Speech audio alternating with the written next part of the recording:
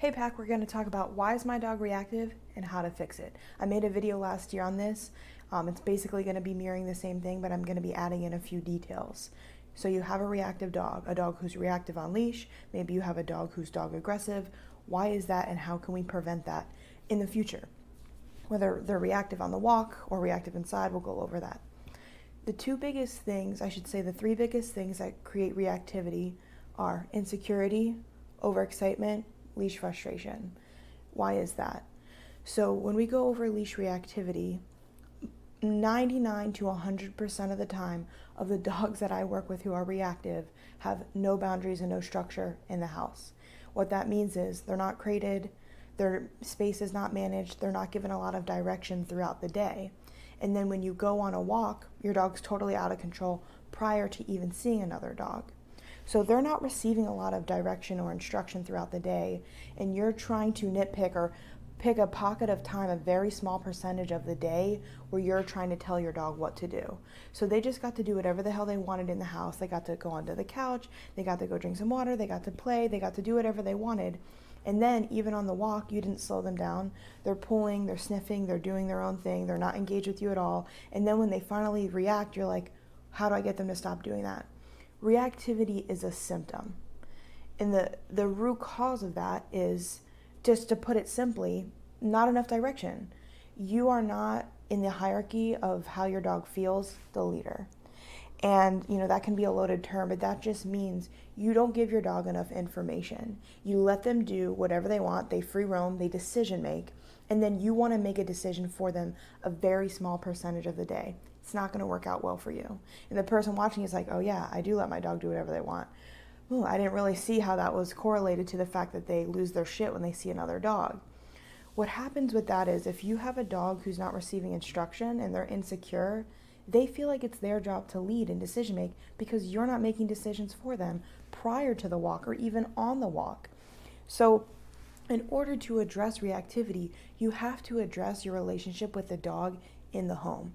That means they're not sleeping in bed with you. You need permission-based training, meaning you have to slow things down. They can't just move about wherever they want during the day, and then you try and take them for a walk and try and tell them what to do, and it's going to work out. So structure in the home is what's really going to fix reactivity. Teaching impulse control, which means if you can't even tell your dog to leave it with a piece of food on the ground, how are you going to get them to leave it? Moving, breathing thing, a dog alone.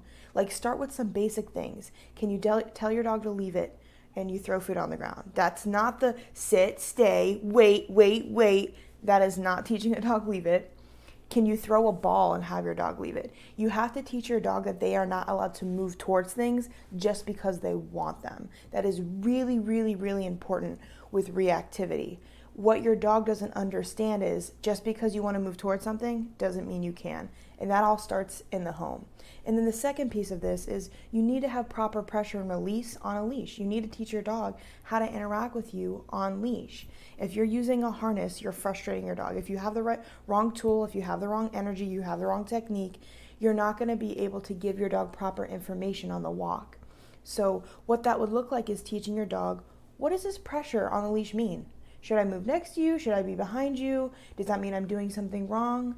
You have to teach pressure and release with a proper tool. My recommendations are a martingale, a slip lead, a transitional, gentle leader, or a prong collar. Those are all safe and effective tools to teaching your dog, hey, I need you to slow down and I need to be a little bit more relevant. If you're not relevant to your dog prior to them seeing another dog, meaning if they're not next to you, behind you, in the passenger seat relaxing, they're building the entire walk.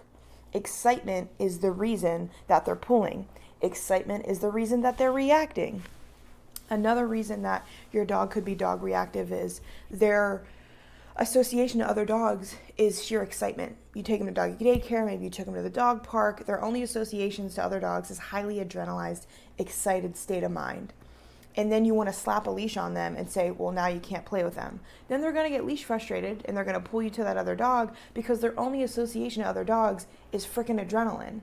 So you then have to start changing the way that your dog interacts with other dogs. That means start with calmness first, start with structured first, start with a walk first, start with some just laying down next to each other. Teach your dog how to be around other dogs, not just play with other dogs. So there's a lot of components to leash reactivity, but the biggest one is how you live with your dog day to day. Are you teaching them impulse control? Do you teach them to be calm in order to get what they want? Are they pushy with your affection? Are they pushy with just things in general? They demand bark at you. All of those things go into your dog being leash reactive.